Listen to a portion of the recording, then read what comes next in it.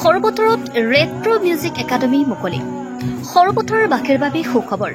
সৰুপথাৰত আজিৰে পৰা শুভাৰম্ভ হৈছে ৰেট্ৰ মিউজিক একাডেমি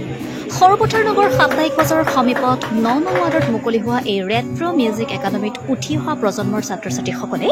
সুকুমাৰ কলাৰ জৰিয়তে নিজকে আগুৱাই লৈ যাব পাৰিব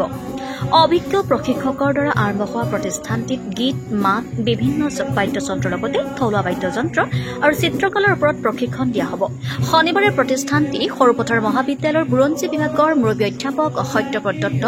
সৰুপথাৰ মহাবিদ্যালয়ৰ বাণিজ্য বিভাগৰ অধ্যাপক প্ৰাঞ্জল দত্ত আৰু ধনখিৰি সাংবাদিক সংস্থাৰ সভাপতি মাহমুদ আলীয়ে স্থানীয় ৰাইজৰ উপস্থিতিত আনুষ্ঠানিকভাৱে ফিতা কাটি মুকলি কৰে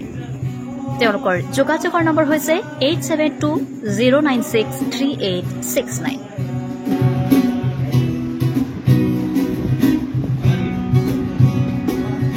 আজিৰ দিনটো সমগ্ৰ ধনশিৰিবাসীৰ বাবে এটা খুব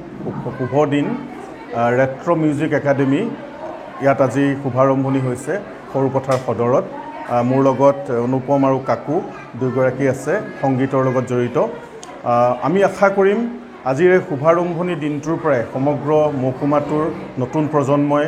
সুকুমাৰ কলাৰ ক্ষেত্ৰত এক নতুন দিশত আগবাঢ়ি যাব ইতিমধ্যে আমি জানোৱেই যে সমগ্ৰ দৈয়াং ধনশিৰি উপত্যকাৰ সাংস্কৃতিক ক্ষেত্ৰত প্ৰাচীন কালৰ পৰা এটা সুনাম আছে